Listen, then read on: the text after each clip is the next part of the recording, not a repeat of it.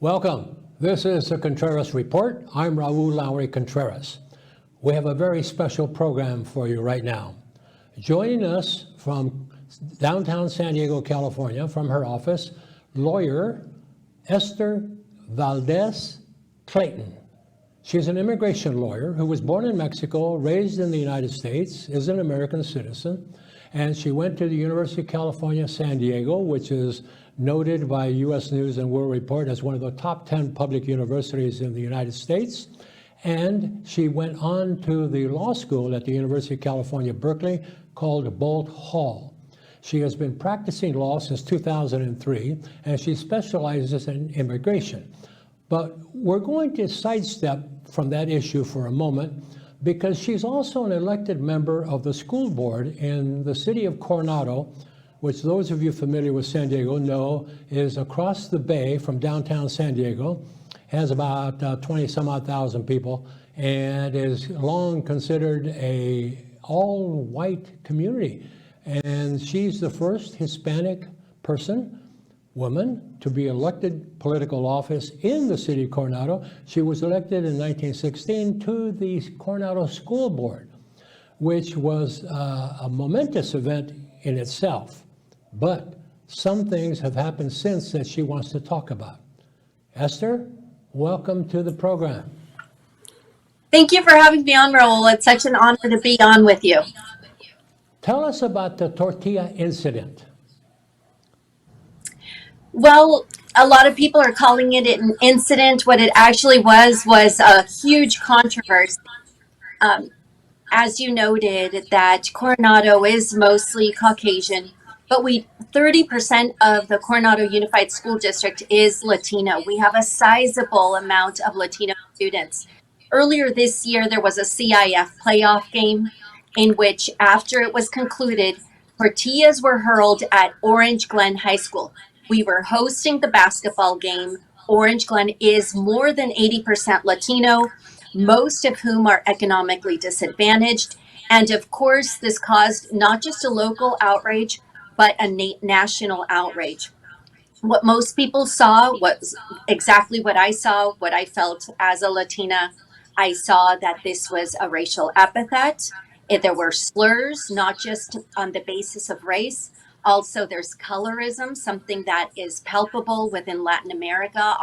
It's discrimination on the basis of your skin tone. We know that other Latinos are capable of doing that. And also, just like you see in Latin America, on account of economic status as well. There were so many implications there. The controversy, of course, stemmed on the issuance of an apology. We did, as a school board, we initially issued an apology on that basis, wholeheartedly, to the Latino community, to the educational community. I believe it was the right thing to do. And of course, there was a backlash on that coming from certain members of the Coronado community saying that it was overbroad, it was excessive, there was no need to address any possible racial implications of it. And something that we're still reeling with that. But I think the overall context is on what that means for those of us who call ourselves conservatives and are Republicans, what it means to be Latino, what it means to have your voice heard, and also your dignity acknowledged. There were so many other themes to be addressed. Okay, now let me bring in Rubennavarette from the Washington Post Writers Group, who has written in the past for the Arizona Republic, the San Diego Union, the Dallas Morning News, CNN, currently writes his twice-a-week column for the Washington Post and for the Daily Beast. Ruben, you're familiar with the tortilla incident. What's your reaction to what we just heard? Raul, great to be back with you, and so glad to be on with Esther to talk about this important issue. First, I want to commend Esther for something. You know, it's a hard duty right now serving on school boards. I think most people understand that because of the masking issue.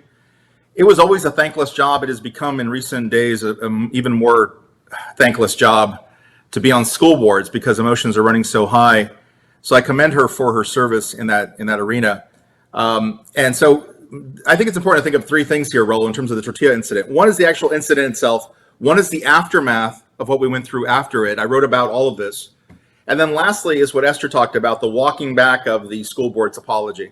So very quickly, the first aspect of that, this is about respect and dignity. The process starts with integrating first. You want to integrate a high school, a college, or something. We ought to have black students at a mostly white, university. Pick up a history book. This was the 1960s. You want to give people opportunity. But the second part of that is respect and dignity. You've got to make sure that these students are treated with respect and dignity once they've integrated the institution. So in Coronado, which is, the district is 30% Latino and probably close to 70% white with very low African Americans. Coronado, the ethos of Coronado is white, male, Navy, wealthy. And that's Coronado. And so they did not take kindly to this idea that the school board, they would be accused of racism because of this tortilla throwing incident, and that the school board would, in their mind, kowtow to that demand when they thought that there was no racism here. They are wrong about that. This was all about racism. This was very clearly about racism, which brings me to number 2. It was an affront to have these tortillas thrown at these Mexican kids. On my outrage scale, that was a 5. What brought me to a 10 was what came next. And that's where they try to convince people like me that I'm not seeing what I'm seeing. That's where they attempt to gaslight people like me and Esther and say, you're seeing racism when there's no racism. Do you think I'm stupid, right? How many Harvard degrees does one have to have before you think I'm stupid? Because we see this for what it is. And when we call it out, suddenly we have to defend on radio shows and the like that it's really racism. And lastly, finally, the point to the school board walking this back, they either walked this back because they were waiting for it to die down, they always intended to walk it back, or because they caved into that backlash from angry white folks who didn't feel an apology was warranted. Either or, could be both. Either way, it shouldn't happen. Esther, what was the original vote of the school board to apologize? The original vote, including addressing these racial allegations, the colorism, as well as the economic discrimination associated with the implications of that, the tossing of the tortillas, was 5-0. Because of the outcry that Ruben well alluded to, there were preposterous defenses on what we all saw, we all acknowledged. I know what I saw. There were defenses of that it was a conspiracy by leftists to have critical race theory. There was one about a celebration that happened in Santa Barbara that they were merely celebrating with tossing tortillas. Another one was also alluded to by the Coronado mayor, Richard Bailey, saying it was merely unsportsmanlike. And why are you offended as a Latino? Asking us, just don't be offended, because allegedly the perpetrator comes from Latino roots. So there's no such thing as class on class or race on race racism, which the law clearly states on Cal versus Sundowners oil rigs. This is an old case saying that there is such a thing within discrimination within certain groups. It could be within gays, it could be within blacks, on the basis of color and economic status. All of that coupled to a backlash, which unfortunately 3 of my peers on the school board voted to rescind the original apology. So the final vote was 3-2, myself opposing rescinding that apology and saying, oh, we're just going to walk it back, take away any allegations, and just rubber stamp the superintendent's apology, which does not address the racial implications. And again, so many people said, wow, this is a white issue, this is a Coronado issue. Our students weren't harmed. Yes, they were. 30% of our students are Latino. They felt it too. This wasn't just about Orange Glen. This was about dignity and respect. The fact that we're still fighting this in 2021, this walks us back to Pete Wilson. This walks us back to Prop 187. This is unbelievable that I'm sitting on a school board where 3 of my peers can't see what I just saw and every Latino nationally saw. We know it was racial, and regardless of the origins of the perpetrator, what the law says is that the perpetrator does not define the harm. It is from the reasonable person in the state of the victim. And here, Orange Glen saw it as such. They originally accepted our apology. It was well issued. It was well received. But to walk it back, that's where the offense, just like Ruben said, it made it worse. One more question. Did the CIF, which is California Interscholastic Federation that governs sports, high school sports in the state of California, they took the title. That was a title game, as I recall, and Coronado Right. won by just 1 or 2 points. And then the CIF, when this incident occurred, took the championship away from the high school, the Coronado High School. What have Right. they done? Have they rescinded their action, Esther? I can't comment on that because it's on appeal, but I'll let Mr. Navarette speak to and make comments. Ruben? Yeah, we're going to see what the CIF does. You're correct that they stripped the Coronado of the title. I wouldn't be surprised if there's a similar walk back there. That always seemed to be a pretty heavy-handed. You know, I supported that decision, but a lot of people didn't, and they came back to, are you punishing the team for the entire season, you know, over this one incident? I get that. I just want to clarify one thing. I agree with everything Esther said. I want to clarify one thing that sort of helps her case even more, and that is the perpetrator, and so-called perpetrator who brought the tortillas to the incident, he was Latino. But that's not the issue, because what happened was he distributed the tortillas to other people. And once he passed those tortillas on to other people and they began to throw it on, then it becomes irrelevant that the perpetrator says later, well, I didn't have any racist intent. Well, okay, great. I agree with you. Maybe you didn't have any racist intent, but you passed it to other people. You don't know if they had racist intent. You became responsible, you know, for their decision to throw that out. And I think that's been glossed over because, again, the racism deniers want to somehow say, well, if a Latino brings tortillas to a game, then he can't be racist. Well, you know, bullshit. That's not what happened here. In fact, once he distributes it to nice white people who throw the tortillas, maybe they were the racists. So that's just something that needs to be clarified.